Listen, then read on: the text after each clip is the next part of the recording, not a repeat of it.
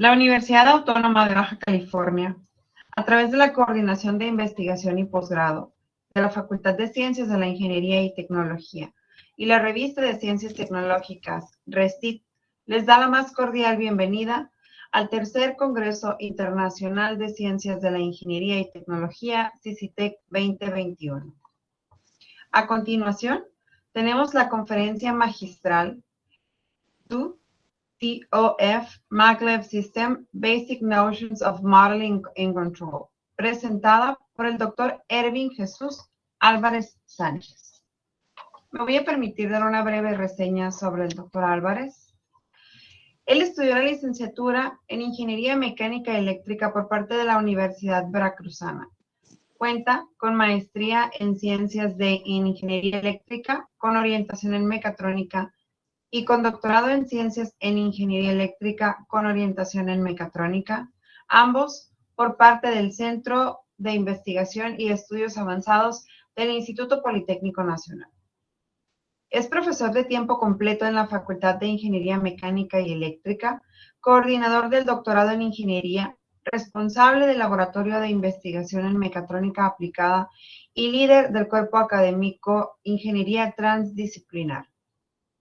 Fue miembro del Sistema Nacional de Investigadores y actualmente cuenta con el reconocimiento PREFI-PRODE. Cultiva las líneas de investigación en mecatrónica, control y biomecánica.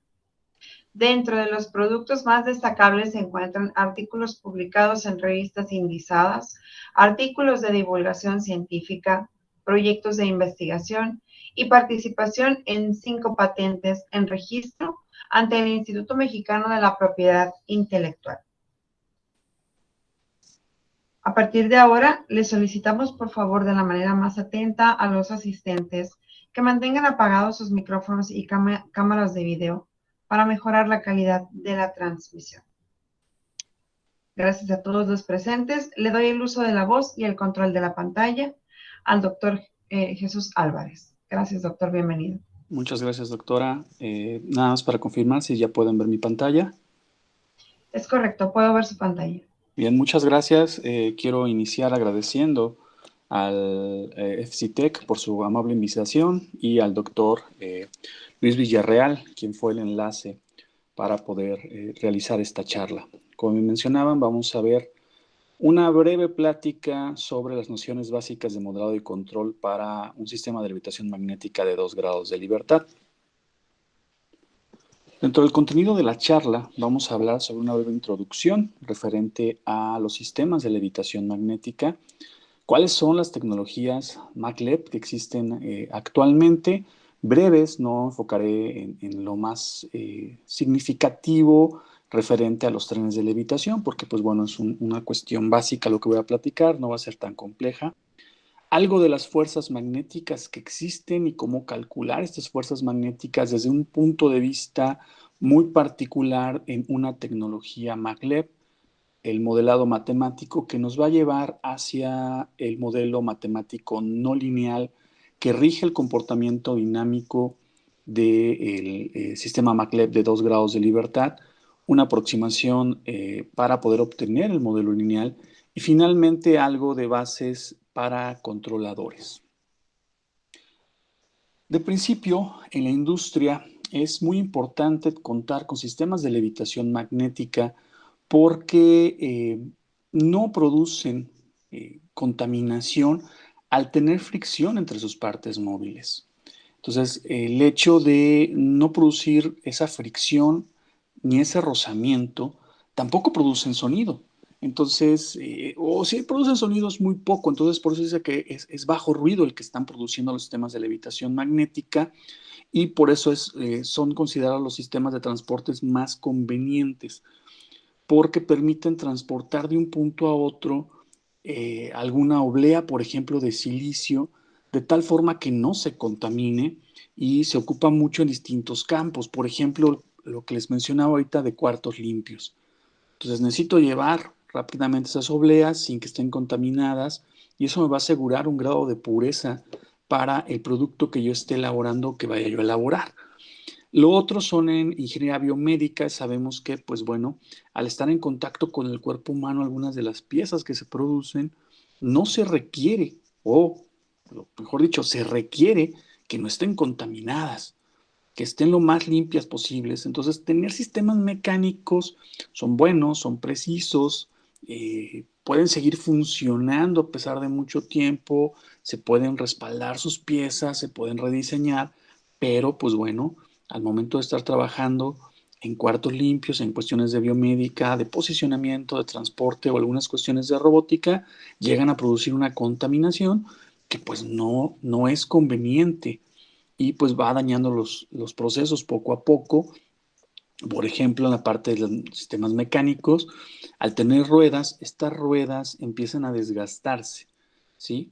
Y entonces empiezan a tener cuestiones de desnivel en el producto que yo quiero estar transportando. Si eso necesito llevarlo de un punto a otro y que llegue exactamente al mismo nivel, es posible que una de las ruedas se pueda haber estado dañando debido al contacto que se tienen entre las partes móviles y en ese momento daño, modifico o no alcanzo el nivel que se quería en el producto que se está produciendo, ¿no? Entonces, el polvo también es muy importante que no se transmita. Entonces, una solución a esto es utilizar sistemas de levitación por aire. Entonces, ¿qué sucede? Se inyecta aire a los sistemas, entran a presión, se configuran de tal manera que se extrae aire de los filtros y entonces se disminuye el diámetro de las tuberías que están inyectando para cambiar la presión, genero mayor fuerza, pero en este proceso también puedo llevar partículas de aire y esas partículas de polvo en el aire, y esas partículas de polvo no solo van a llegar al producto, sino que debido a la presión que trae el aire, las puedo llegar a incrustar. Y entonces ya no resulta tan viable estar trabajando con esto. Y esto las puedo incrustar porque el flujo va de una manera laminar. Entonces produce un impacto significativo de tal manera que empiezo poco a poco a desgastar también los elementos transportadores. Entonces, ese polvo que yo estoy evitando a través de filtros, ahora lo estoy introduciendo a través de desgaste por ese tipo de contacto. Entonces, estoy hablando de las situaciones más críticas que podemos tener en sistemas de transporte, pero pues al final es lo que estamos buscando, ¿no? Entonces, nos vamos hacia las ventajas de tener un sistema de levitación magnética. Entonces, pues bueno, ¿qué tipos de sistema de levitación magnética existen? Están divididos en dos grandes conjuntos, los que utilizan fuerzas de atracción magnética y los que utilizan fuerzas de repulsión magnética. Entonces, tienen sus ventajas y sus desventajas cada uno. Entonces, lo primero es, los que utilizan fuerzas de atracción magnética, hay cuatro grandes grupos o cuatro subgrupos aquí. Lo primero es que tienen una parte móvil y una parte fija. Entonces, no se están moviendo los dos al mismo tiempo, sino genera una dinámica ahí un poco más compleja que se puede analizar, pero hay que ver que no se pierda la atracción magnética y en ese momento el sistema deja de funcionar como está diseñado. Entonces, el primero de ellos es tener una pieza de metal como parte móvil y un componente electromagnético como parte fija, ¿no? Entonces, y esa parte móvil, la parte, si lo puedo tener de metal, le puedo poner un imán permanente y puede ser de plástico, puede ser de cualquier otro elemento, ¿no? Un elemento no conductor, no magnetizable. Es como el de la imagen, ¿no? Es de una empresa bastante conocida que tiene su sistema de levitación, que es una bobina, es un electromagneto de corriente directa que produce el campo magnético hacia la esfera y entonces la empieza a levitar, hay que ser un sistema de sensado y todo lo demás, pero el punto es la levita, es decir, atrae el objeto hacia el generador del campo magnético. Entonces, esto es por atracción. ¿Qué sucede? Que debo de vencer no solo el peso del objeto, sino la parte de la distancia a la que se encuentra, porque tengo que extender el campo magnético hasta que pueda atrapar el objeto y entonces interactuar con él. Entonces, el punto es eso, está fuera del alcance, entonces se tienen que diseñar los sistemas para que estén a un alcance propio del campo magnético para cuando yo lo empiece a activar, responda, pero sin embargo, si se dan cuenta, si estoy alejado, en ese momento tengo que ampliar el campo magnético lo suficiente, entonces empezar a incrementarlo para poder hacer la atracción y tengo que tener cuidado con que no sea lo suficientemente grande como para que se pegue de inmediato, ¿no? Otro tipo de los sistemas de levitación que existen son los de imanes permanentes junto con como piezas móviles y los rieles guías como piezas fijas, ¿no? Entonces, tengo adentro del imán, perdón, del electroimán, un imán permanente, entonces incremento la potencia que se tiene magnética a través de la modificación de la corriente que circula por ese electroimán. Entonces, y el último, pues es precisamente eso, hacer un electroimán de resistencia variable, como una parte móvil, y un electroimán como una parte fija, ¿no? Entonces, puedo tener cierto control, levito, no levito, están las partes, entonces tiene que ver mucho esto con la parte de los trenes de levitación, pues debe haber algún control del momento en que yo me detengo, ¿no? Entonces, tiene que haber fuerzas que hagan la propulsión, pero que yo tengo que tener control como el conductor, el que está responsable del movimiento en la cabina, ¿no? Entonces no puedo dejar que alguien externo esté manejando, yo simplemente estoy monitoreando. Y la otra tecnología son a través de las fuerzas repulsivas. Entonces, lo que hace es que los objetos normalmente están ubicados encima del elemento magnético de tal forma que cuando empiece a interactuar la corriente, empiece a generar un campo magnético al punto que exista un equilibrio de la fuerza magnética con el peso del objeto y a partir de ahí, al romper ese equilibrio, empieza a moverse o desplazarse verticalmente. Entonces, aquí se tienen, por ejemplo, y eso es algo que ustedes pueden encontrar, que ya son juguetes, que es, perdón por el error ahí, parte movible, un plato conductivo y un electroimán como fijo, ¿no? Y esos son los que se encuentran ahora, como que pueden encontrar un auto, el de Volver al Futuro, que está levitando, que es un plato conductor, pues precisamente se pone una corriente magnética que produce el campo y entonces repele. Entonces hablamos precisamente del efecto que se tiene entre los imanes cuando es norte-norte, sur-sur, que pues bueno, voy a hacer una repulsión, ¿no? En campos contrarios se van a atraer. Y el otro es un imán permanente como una parte móvil y un electroimán de corriente directa como una parte fija, ¿no? Y ese es en el que me voy a abocar.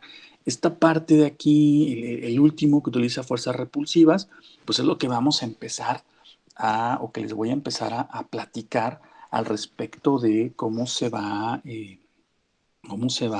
desarrollando desde el modelo matemático de cómo están las fuerzas hasta cómo se llega a un posible control. Ojo, todas las nociones básicas. Voy a llegar hasta cierto punto en donde ya para poder seguir analizando necesitaríamos tener un poquito más de conocimiento de algo de álgebra avanzada y de control no lineal. Entonces, si empezamos con las fuerzas magnéticas, lo primero que analizamos es a través de la ley de Biot-Savart, ¿sí? Lo que me dice es cómo voy a analizar un posible punto que está alejado de un conductor recto por el cual está atravesando una corriente. ¿Sí? Entonces en la figura lo vemos, tengo un conductor, la corriente circula o fluye de izquierda hacia derecha, vamos a nombrar ese eje como el Y, el eje perpendicular que tenemos ahí a cierto punto que tenemos en el origen, pues va a ser el eje X. Entonces este punto está alejado a una distancia A de manera perpendicular al conductor y una distancia Y a partir de donde voy a ver el análisis, ¿no? Y me dice que la ley de Biot-Savart que la densidad de flujo magnético está dado por una constante que es la permeabilidad del vacío, aunque bueno, se ha discutido que no es constante, pero lo tomaremos tal cual por la convención que se tiene para este tipo de análisis sobre 4 veces pi que multiplica la corriente que circula en ese conductor. Y me dice que eso va a estar multiplicando a una diferencial de S, que es un vector unitario, en producto cruz con el vector direccional del radio o de la distancia que existe entre el punto de análisis sobre el conductor y el punto que se encuentra fuera del conductor, que realmente es un punto de interés, pero que nos dice dónde va a estar actuando ese campo magnético, ¿no? Entonces ahorita estamos viendo la densidad de flujo. Dice, bueno, y va a estar dividido entre el radio al cuadrado. Entonces, el radio al cuadrado es fácil de encontrar si conozco Y y conozco A. Dicen, bueno, pero para el campo magnético en el punto P, ese producto cruz que tengo, pues lo puedo expresar con las herramientas que ya conozco de cálculo, que me dice que es equivalente a tener el valor del vector ds por el valor del vector r, es decir, su magnitud, ¿sí? Por el seno del ángulo entre ellos dos, que va a dar el producto cruz en K, en forma perpendicular al plano que se crea entre Y y X. Sabemos que regla de la mano derecha pues nos dice exactamente que dos vectores en producto cruz, el vector resultante es un vector perpendicular al plano que se está generando entre ellos. Pues supongo ahí K, y K está saliendo de la pantalla hacia nosotros, ¿no? Dicen, bueno, yo sé que DS es un vector unitario, R, perdón, R es el vector unitario que se ha escrito, y DS es una cantidad que me describe cómo está variando la posición en Y. Entonces puedo escribir que ese producto cruz es de Y por el seno de teta, pero está apuntando en K, ¿no? Entonces quiere decir que la densidad de flujo magnético está apuntando hacia fuera de la pantalla. Entonces realmente lo que me está indicando. Entonces esta densidad de flujo magnético, observemos que me queda en función del seno de teta, una diferencial de Y, y tengo por ahí un par de constantes. Entonces, si cambiamos esto para que sea en función de teta exclusivamente todo, pues vemos por una relación trigonométrica, principio que R va a ser igual a sobre el seno de teta, que eso es una cosecante. Entonces tengo que la distancia del punto que se encuentra sobre el conductor al punto de análisis P, pues es A por la cosecante de teta. También sabemos que la tangente de teta, pues en este caso por estar hacia atrás del origen, va a ser menos Y, siendo dividida, es que está dividiendo a A. Entonces Y va a ser igual a menos A por la cotangente de teta, por la razón que tenemos ahí de trigonometría. Y si derivamos esto, nos dice que la diferencial de Y es A por la cosecante cuadrada de teta por la diferencial de teta.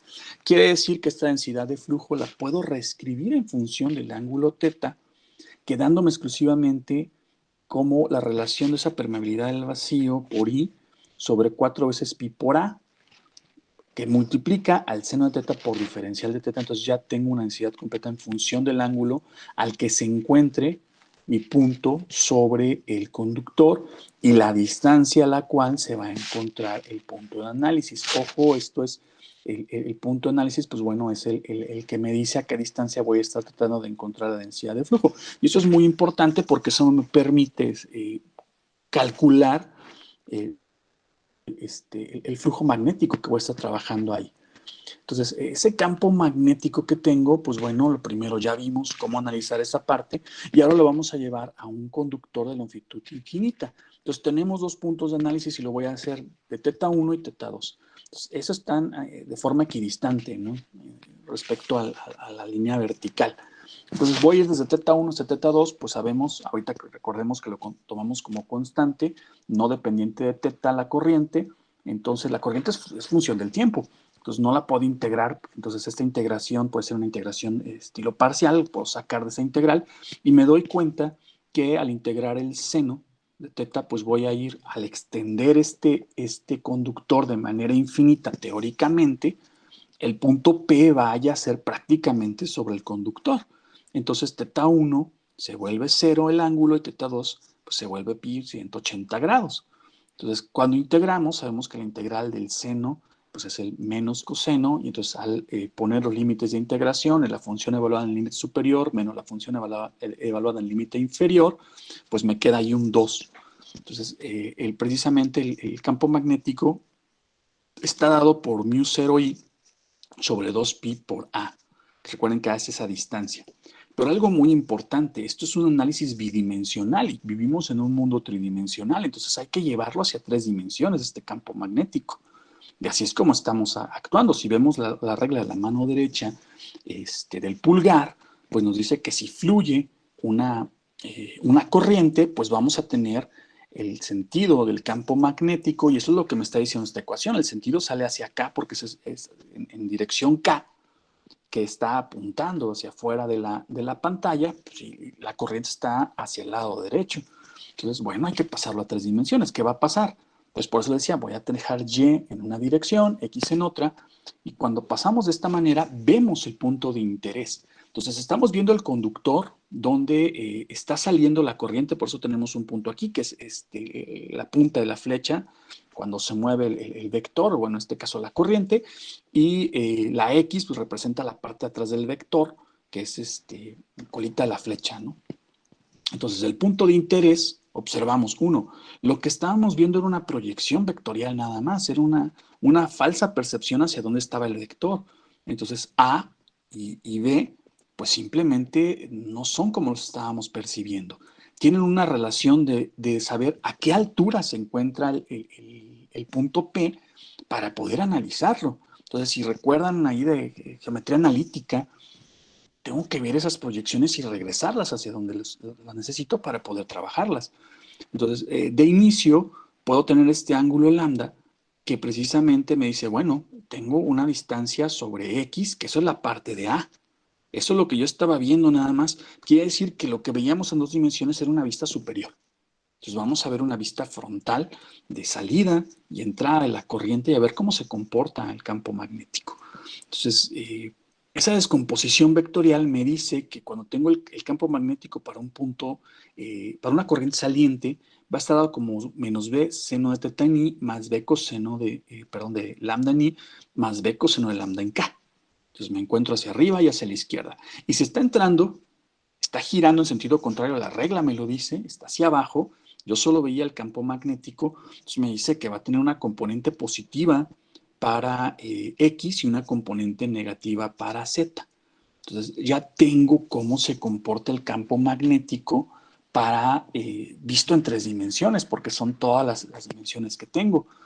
Y ahora, si tengo la corriente saliendo y la corriente entrando, yo sé que A, esa posición que tengo es la raíz cuadrada de la suma de los cuadrados de la posición en X y la posición en Z. Entonces, la puedo escribir precisamente en esta descomposición seno o coseno. Sabemos que seno es el cateto opuesto sobre la hipotenusa y el coseno es el cateto adyacente sobre la hipotenusa. Entonces, me lleva a ver que el campo magnético depende no solo de A, como lo habíamos visto, sino de las posiciones que tengo en Z y en X y la relación cuadrática que tengo dada de esta manera. Recuerden que aquí abajo existe una A, ¿no? Por eso aquí ya se vuelve cuadrada. Entonces ya tengo el campo magnético saliente y entrante. Entonces ya sé cómo empezar a analizar esto a través de un campo magnético. Y ahora, si ese punto P que estábamos analizando, sabemos que es un dipolo magnético, es un imán permanente, que tiene su campo alineado verticalmente en la dirección Z, ¿sí? En la misma dirección Z, de norte a sur, entonces yo ocupo la fuerza de Lorentz, esta ecuación que me habla de un gradiente en producto cruz con el resultado del producto cruz del campo magnético con el dipolo magnético, que puede escribirse de una manera más conveniente como el producto punto entre el vector dipolo por el gradiente, que el resultado va a sacar el gradiente del campo magnético.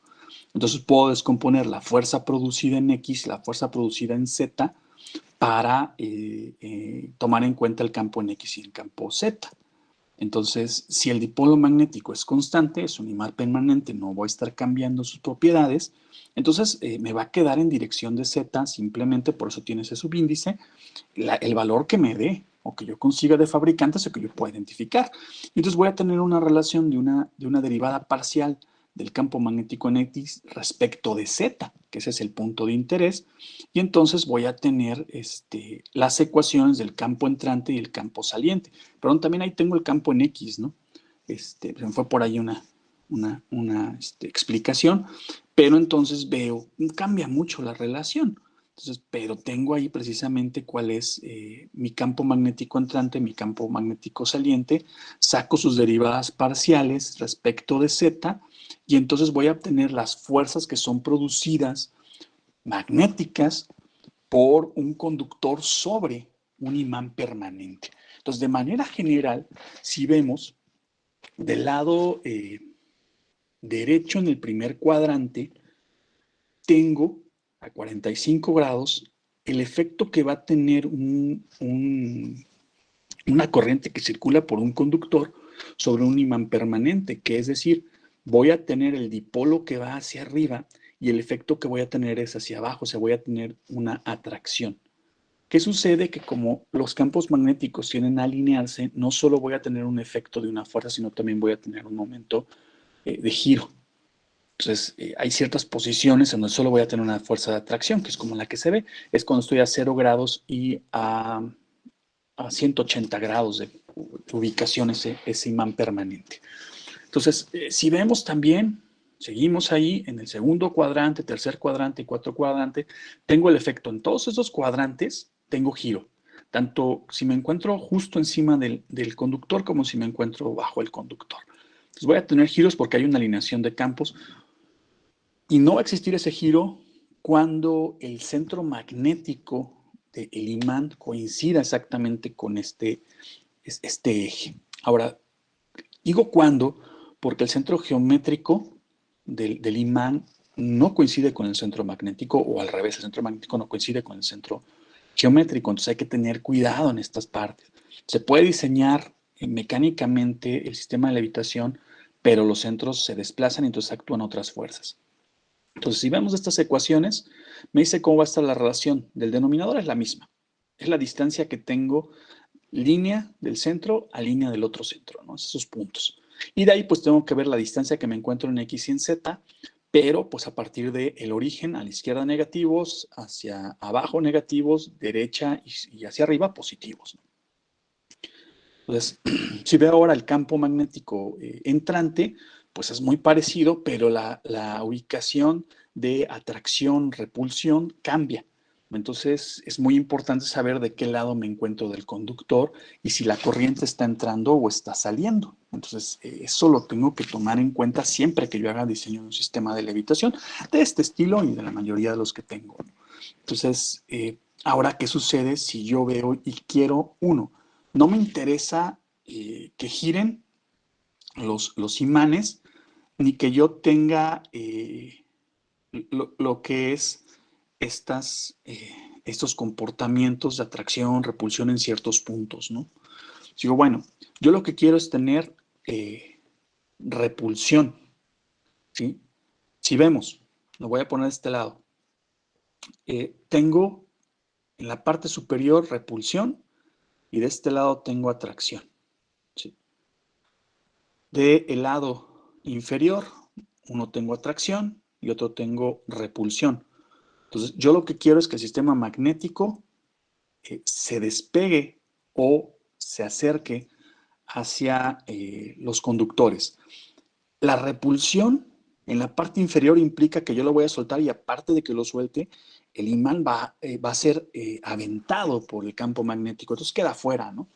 La segunda, que está tapada en segundo cuadrante, pues yo voy a soltar el peso y el imán del imán el conductor lo va a atraer, pero se va a quedar pegado. Entonces tampoco me interesa esa. Me quedan dos, uno por atracción y uno por repulsión. La primera es que va a estar abajo del conductor, el campo magnético lo va a atraer. La otra es que va a estar pegado al conductor y al encenderse el campo magnético lo va a repeler. Entonces, lo que me interesa es levitación. Y levitación por repulsión. Entonces, los campos en azul no son de interés para el proyecto, para la explicación, la plática. Los campos verdes son los que me interesan. Ojo, si yo pongo el imán, debe de encontrarse de un conductor cuya corriente está entrando, debe encontrarse al lado derecho, y si está saliendo, tiene que encontrarse del lado izquierdo. Entonces, ahí tenemos una parte importante para esa cuestión del modelo matemático. Entonces, si yo tengo un conductor entrando, un conductor con corriente saliendo, y los ubico de forma lateral al imán permanente, lo que van a hacer es hacer una repulsión vertical. Entonces, entre ellos mismos van a empezar a tratar de compensar las fuerzas de desestabilización. Una vez que supero cierto nivel, van a aparecer esas fuerzas, porque si recuerdan, les decía que basta ligeramente un movimiento para que se empiece a girar el imán. Entonces, necesito un par de conductores, pero si se dan cuenta, tengo que tener una corriente saliendo. Entonces, esta corriente saliendo para que ambos lo empujen, pensando que tengo un movimiento de desplazamiento hacia la derecha, que eso es lo que me hace que se genere el giro. Tratan de alinearse los campos. Entonces, lo empujo y se deben de mantener vertical. Esto lo explico porque es una de las suposiciones fundamentales para poder llegar al modelo matemático. Entonces, si tengo el modelo matemático, voy a suponer que tengo dos sistemas de rieles guía que tienen una transportadora en la parte superior y que esta transportadora tiene dos imanes permanentes. Entonces, vimos, uno, de principio, si tengo un imán permanente, necesito tener un conductor que está entrando del lado izquierdo, la corriente entrando del lado izquierdo y que esté saliendo del lado derecho. Eso va a producir una fuerza de levitación. Esa fuerza de levitación lo que va a hacer es que me va a desestabilizar el sistema, entonces necesito tener un conductor del lado izquierdo para que jale al imán, ¿sí? Decimos, bueno, ya tengo una sección. ¿Qué sucede? Del otro lado replico lo mismo, pero pongo el conductor estabilizador, ¿sí?, del lado derecho para que lo empuje también a la izquierda. Entonces, tengo dos imanes, tengo dos conductores que me hacen la estabilización de ese sistema de levitación. Y tengo un par de bobinas, ¿sí?, que me van a hacer la levitación. Entonces, ¿qué sucede? Que voy a tener una distancia de las bobinas de levitación hacia el centro del imán y de las bobinas de estabilización hacia el centro del imán. Entonces, esa es la parte de explicación de la charla donde decimos, pues bueno, esto es el sistema de levitación que voy a modelar. Entonces, voy a tomar suposiciones. Y esas suposiciones, la primera, las bobinas de levitación son oblongas, tienen una forma oblonga. ¿Por qué una forma oblonga? Una forma oblonga, pues se dan cuenta, es una forma rectangular que tiene en sus extremos medios círculos añadidos, ¿no? Entonces, esa es una forma oblonga, eso es lo que ustedes ven en cortes normales y se puede ver para que se deslicen los pestillos y demás. Entonces, ¿qué sucede? Ocupo una sola bobina, no tengo que diseñar dos. Es una bobina por la cual fluye la misma corriente. Idealmente, es diseñada de forma perfecta, por lo tanto, el mismo número de conductores, distancias, calibre, calidad del lado izquierdo y del lado derecho de la bobina. Perdón, aquí la puse al revés, la circulación de la corriente, la de arriba va hacia la derecha y la de abajo hacia la izquierda, para ejemplificar las bobinas. Entonces voy a tener exactamente el mismo campo magnético. Las bobinas de estabilización, por lo menos para esta charla, están actuando de tal manera que el imán permanente permanece en el centro geométrico que tengo aquí, ¿no? Y están compensando el hecho de que el centro magnético no coincide con el centro geométrico, ¿no? Entonces me lo están manteniendo de manera vertical, entonces no están permitiendo que se desplace lateralmente ni que tenga un giro sobre otro eje.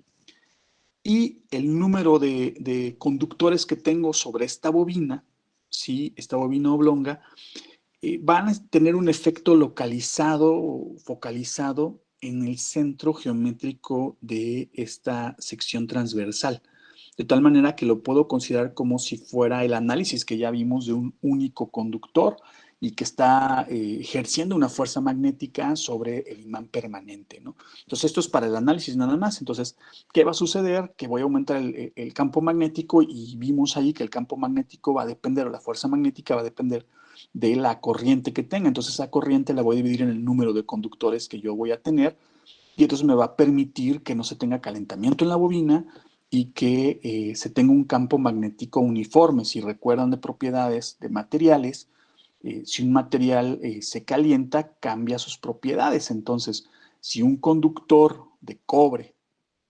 sobrepasa la corriente permitida que viene en tablas, va a empezar a calentarse y entonces la ley de Ohm deja de ser pues la conocida, ¿no?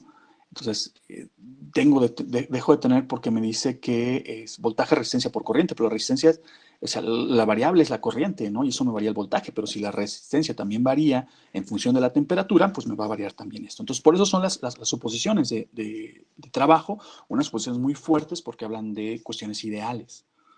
Entonces, si vemos hacia arriba, podemos tener los imanes ubicados en dos posiciones o ver qué sucede si los voy ubicando más lejos, más lejos, más lejos, más lejos. Pues bueno, voy a tener simplemente una distancia b, aquí puse b1, b2, y un ángulo phi, sí, que está sobre y.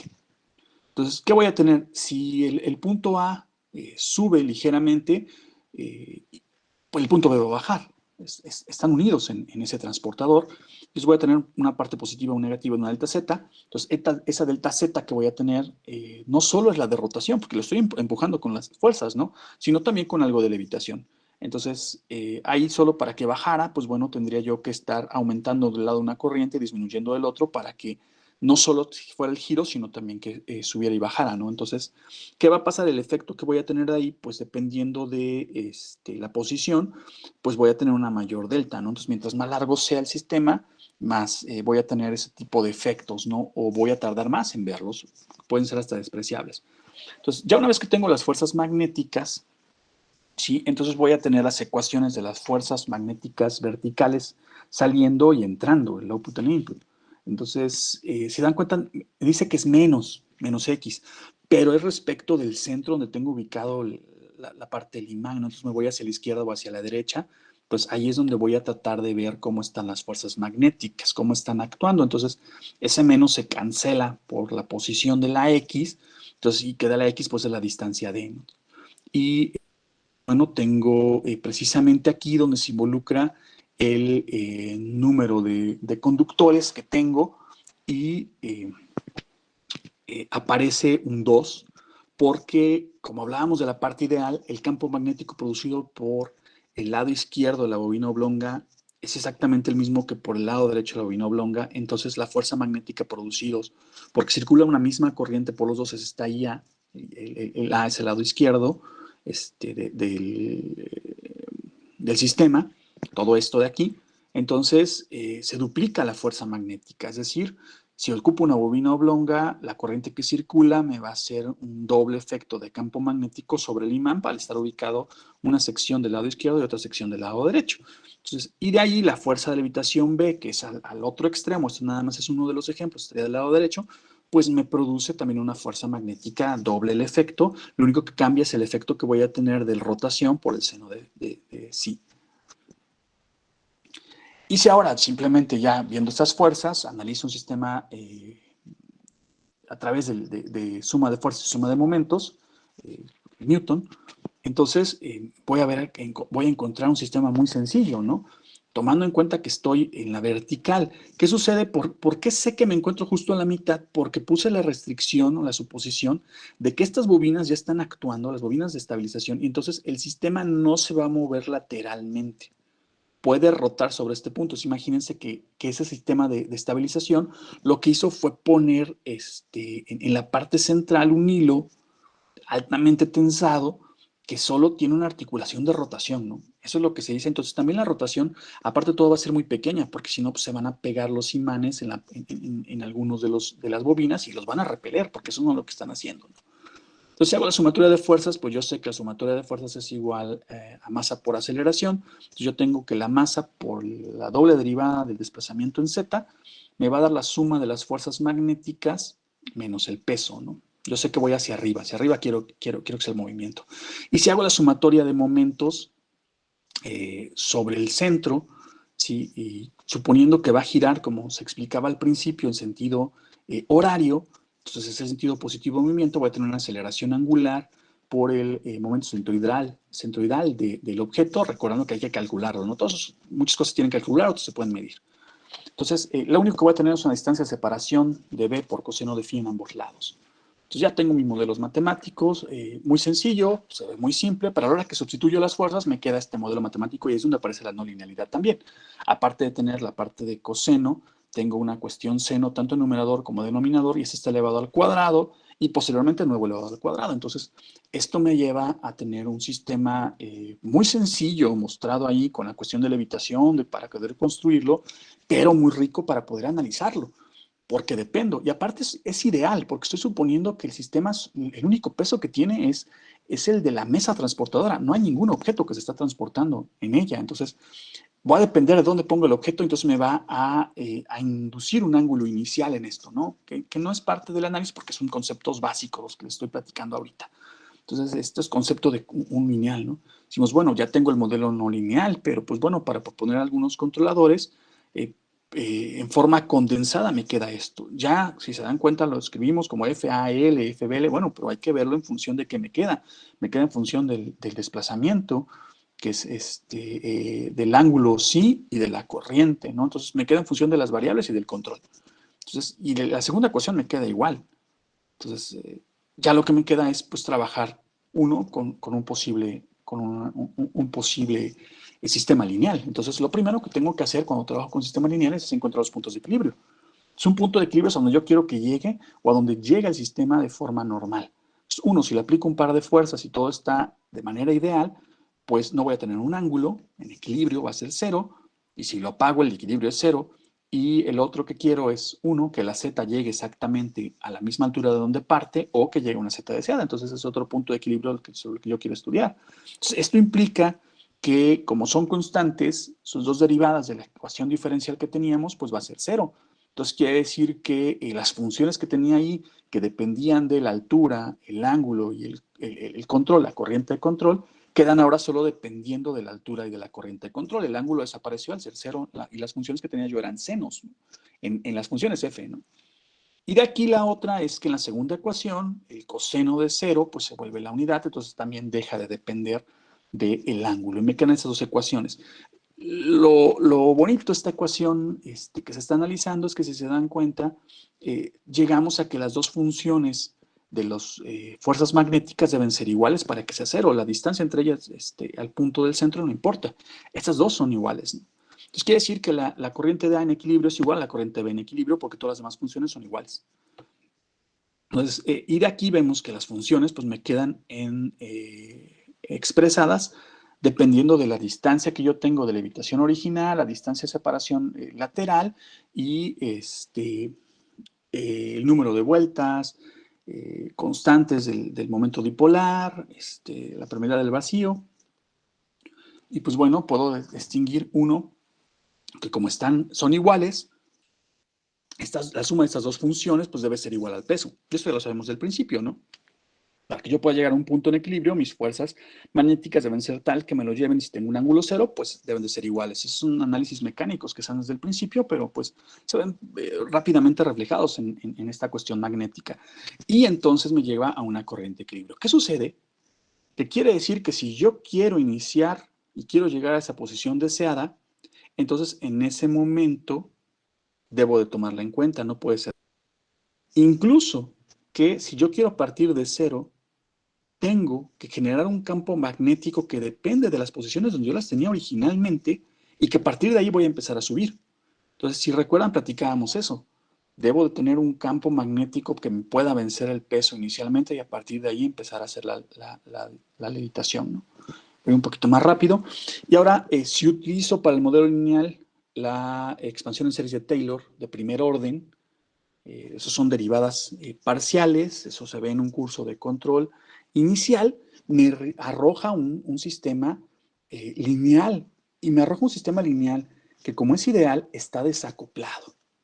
Entonces quiere decir que este sistema por sí solo se encuentra aislado del sistema que se está levitando, ¿no? Eso es un punto importante para analizar, es una noción básica de decir, bueno, ¿qué sucede aquí?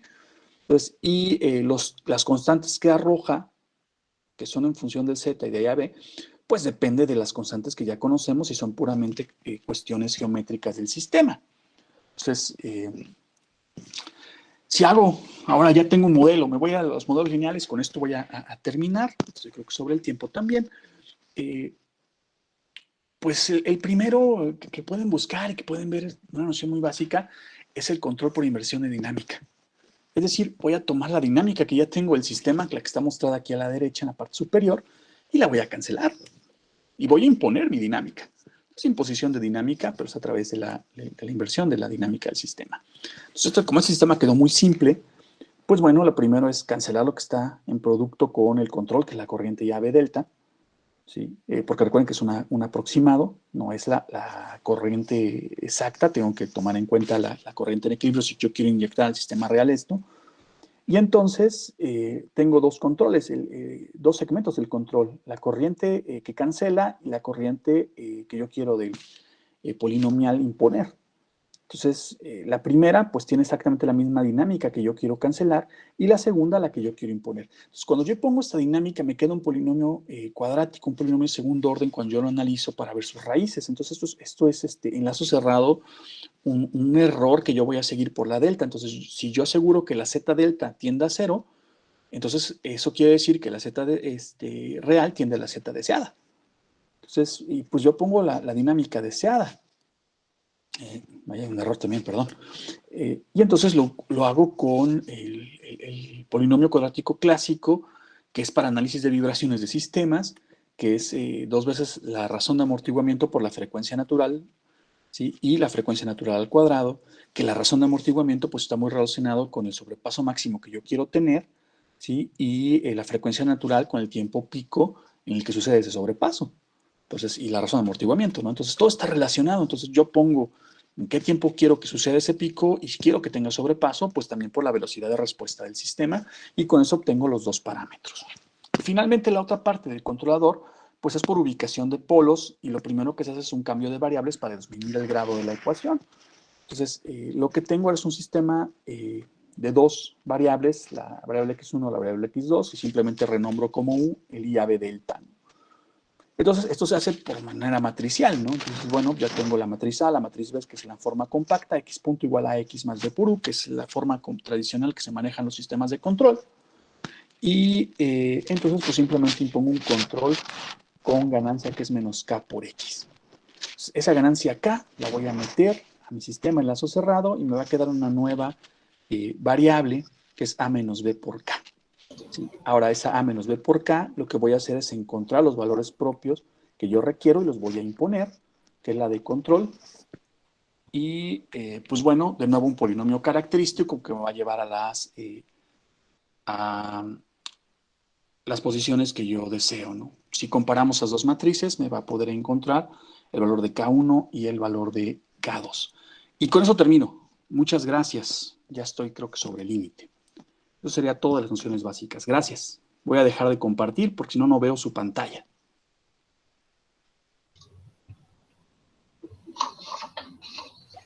Muchas gracias por su plática, doctor Álvarez. Es por demás interesante el tema que nos presenta acerca de los levitadores magnéticos. A continuación, vamos a dar inicio a la sesión de preguntas y comentarios, donde los asistentes a la conferencia podrán expresar sus dudas u opiniones acerca del tema presentado. Sus participaciones las pueden hacer levantando la mano y abriendo su micrófono, o bien redactando sus preguntas en el chat de la sesión.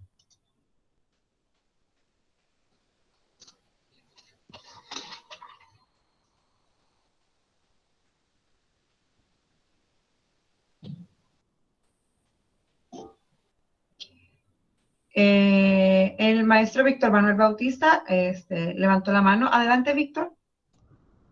Hola, buenos días a todos. Muy interesante, la verdad, el modelado que dedujo en base a las necesidades que tiene, se me hace muy interesante.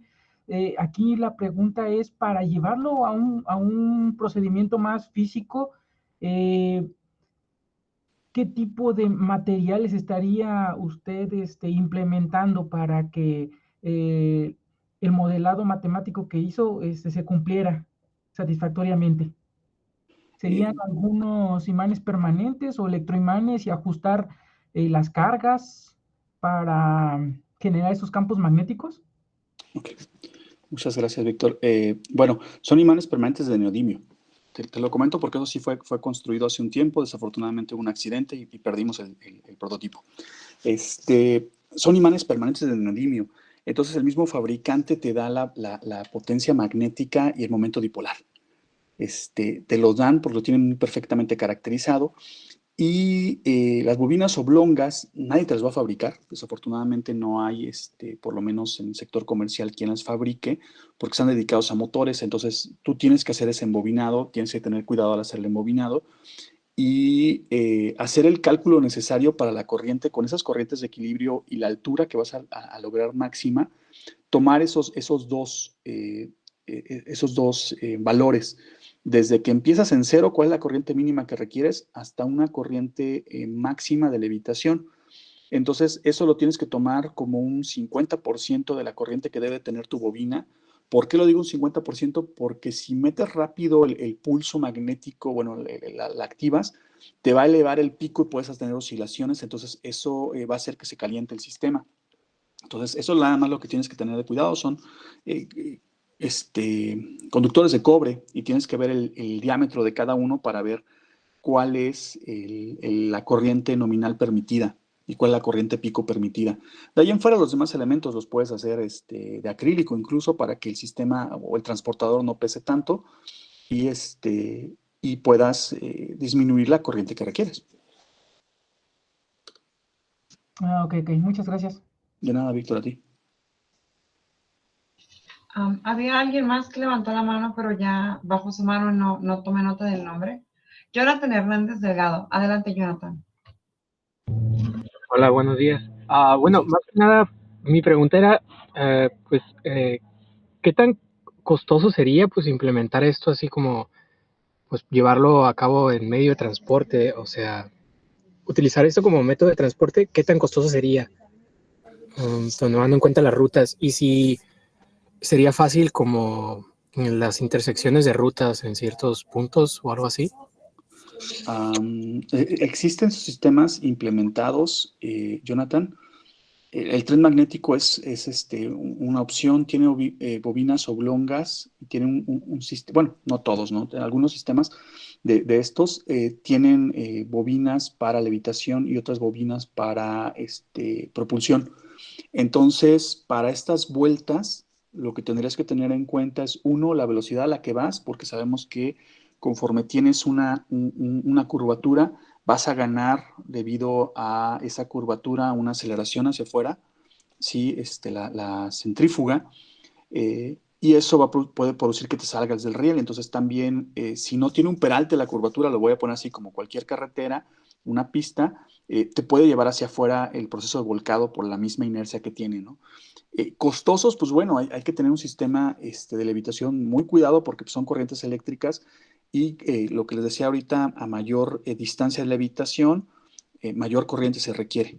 Entonces, habría que ver la dimensión de los conductores, el largo, la alimentación, la corriente que se va a requerir. Entonces, son sistemas que, si lo hablamos de un transporte en masa, como son los trenes magnéticos, son caros, ¿no? Porque aparte hay que tener mucho cuidado de no rayar el recubrimiento del conductor, porque puede ser una fuga magnética y hacer un corto, ¿no? Entonces, hay que ser muy cuidadosos con el magnetismo en ese aspecto. Ok, muchísimas gracias. Entonces, Sí, Jonathan. Aprovechando lo que comenta Jonathan, me resulta bastante interesante la cuestión de la infraestructura, ¿no? Precisamente, bueno, en algún momento que tuve la oportunidad de revisar los comentarios acerca de la construcción de los trenes de levitación magnética y precisamente esta cuestión del diseño de la infraestructura eléctrica necesaria para generar o producir las corrientes que generen los campos magnéticos necesarios para el movimiento, es un reto, sobre todo un reto en cuestión de inversión. Y bueno, en ese sentido, ¿qué tan factible considera usted que esta tecnología de levitación magnética sustituya parcial o totalmente pues las tecnologías actuales que se tienen para transporte, ya sea transporte a pequeña escala, por ejemplo, dentro de una cadena de suministros, o transporte a gran escala, como sería un sistema de transporte metropolitano? Más que nada, lo que sucede es que al ser costoso hay que ver los beneficios que van a tener. Entonces resulta más benéfico por las velocidades de transporte, el llegar de un punto a otro más rápido. Sí, pero obviamente, bueno, no obviamente ahí, al subirse a ese transporte, resultaría más costoso el boleto, ¿no? Entonces, si sustituimos el metro por esto, pues bueno, sería más costoso, pero llegamos más rápido, ¿no? ¿Qué sucede? Que hay que tener cuidado en lo que usted mencionaba, doctora, el mantenimiento. Si se llegan a desalinear las bobinas, eso se va a transmitir. Entonces, es posible que no se pierda, ¿no? Porque sigue el campo magnético, pero esa parte de subir y bajar, el campo magnético es como un sistema masa-resorte. Entonces, voy a tener también oscilaciones, entonces eso me puede llevar a hacer algunos desperfectos. Entonces, sí hay que tener mucho cuidado y el perder la levitación, no implica que se amarre el sistema con las partes magnéticas mecánicas, ¿no? Sigue, o sea, si pierdo la propulsión, pierdo los frenos magnéticos, voy a seguir, ¿no? Por inercia. Entonces, sí es a veces más costoso y sí sería viable para grandes distancias, ¿no? Recorrerlas, digo, como en China, ¿no? Que se recorre muy rápido ya ahora lo que eran en varias horas, ahora lo hacen en minutos, ¿no? O segmentos de hora. Y sí sería viable para eso, ¿no?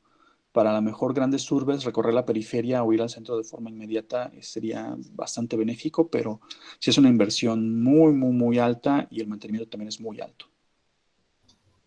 Sí, bueno, es que, como todos los sistemas, que están en inicio, ¿no? Siempre hay que verificar pros y contras y determinar pues un equilibrio o un compromiso entre ellos.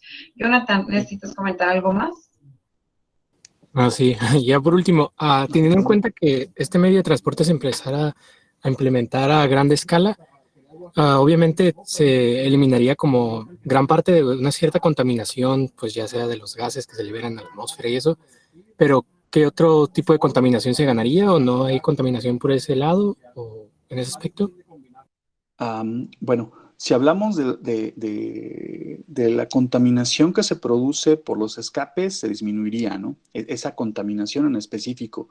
La contaminación por rozamiento, desgaste de pies y todo, también se eliminaría. ¿Qué sucede? Que la sustituimos por otra contaminación. Es una contaminación oculta que normalmente no la vemos. El hecho de tener sistemas eléctricos, dependemos de producir esa electricidad de alguna manera. Entonces, muchas de las plantas es quemar en lo que es un transporte, pues ahora lo quemo en la planta, ¿no? A grandes escalas o ocupo otro tipo de sistemas. Entonces, normalmente esa contaminación es posible que se disminuya, no se elimina la contaminación, simplemente se transforma en otra nueva, ¿no? En otro tipo de contaminación o que proviene de otro que no es visible para nosotros, tal vez. Entonces, en la ciudad a lo mejor diríamos, no estamos contaminando, pero en la sección o en la zona donde esté ubicada la planta de generación, sí va a estar viéndose, ¿no? Entonces, más que nada es eso, somos una especie que contamina mucho y todas nuestras necesidades contaminamos mucho en general, ¿no? Simplemente cambiamos una por otra. Ok, muchas gracias. A ti, Jonathan. De acuerdo, muy bien. Pues ya estamos sobre tiempo. Le agradezco, doctor, su excelente y atinada participación y presentación del tema. Es muy interesante. Asimismo, agradezco a todos los asistentes su participación y su presencia. En este momento cerramos la conferencia y los invitamos a seguir presenciando los otros bloques de ponencias y conferencias que se van a llevar a cabo durante el día. Muchas Muchas gracias. gracias. Un gusto Un estar gusto, aquí. hasta luego. Hasta luego.